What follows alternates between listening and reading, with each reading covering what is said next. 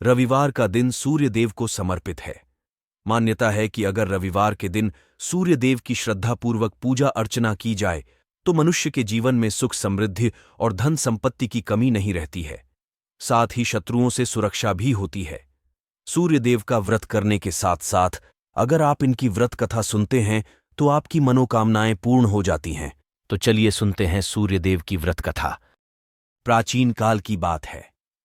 एक बुढ़िया थी जो नियमित तौर पर रविवार के दिन सूर्योदय से पूर्व उठकर नित्य कर्मों से निवृत्त होकर अपने आंगन को गोबर से लीपती थी, जिससे वो स्वच्छ हो सके।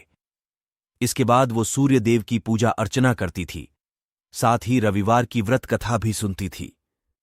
इस दिन वो एक समय भोजन करती थी और उससे पहले सूर्यदेव को भोग भी लगाती थी। सूर्यदेव उस बुढ़िया से बेहद प्रसन्न थे। यही कारण था कि उसे किसी भी तरह का कष्ट नहीं था और वो धन धान्य से परिपूर्ण थी। जब उसकी पड़ोसन ने देखा कि वो बहुत सुखी है तो वो उससे जलने लगी।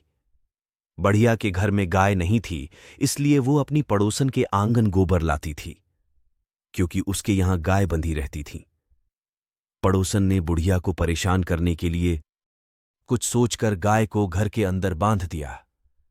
अगले रविवार बुढ़िया को आंगन लीपने के लिए बुढ़िया को गोबर नहीं मिला।